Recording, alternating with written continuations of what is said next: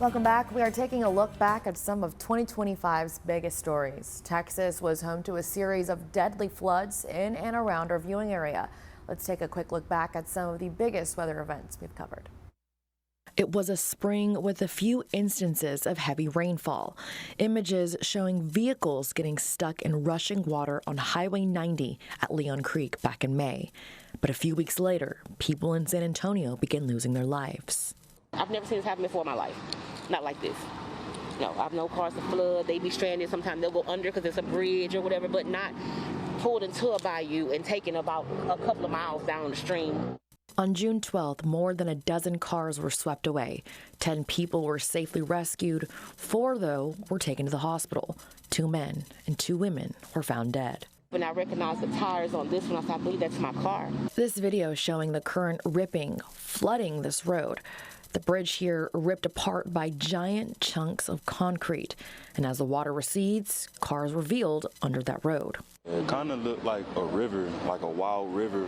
And less than a month later, a wild river claimed the lives of more than 100 Texans in Kerr County on 4th of July weekend. We live about a mile down the road from Camp Mystic, and we've already got 2 little girls who have come down the river, and we've gotten to them, but I'm not sure how many else are out there. And located along the Guadalupe River, Camp Mystic lost 27 campers and camp counselors, with the devastation being felt across the state for months.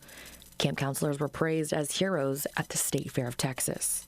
So we ended up getting through a window and actually passing girls through the window. We also honor every single counselor who stood guard that night. But the death toll also forced state leaders to examine safety under the Capitol dome. Families called for better warning systems and more action to better protect youth camps. I told her camp was the safest place she could be. They pleaded for swift action. They pleaded that their daughters did not die in vain. New laws now require youth camps to follow new rules.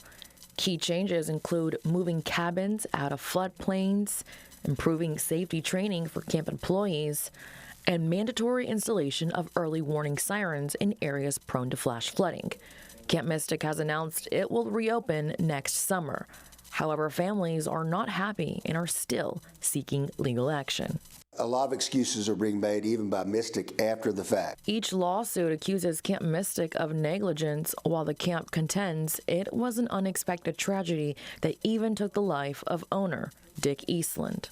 Trying to figure out what the next steps were and trying to find and locate our parents, I think that was the hardest part. Other families are seeking justice from campgrounds and resorts around the Kerrville area. We're trying to raise awareness about what happened, and we're trying to demand accountability. Why was this something that the people that were staying there and paying a fee for, why weren't they alerted?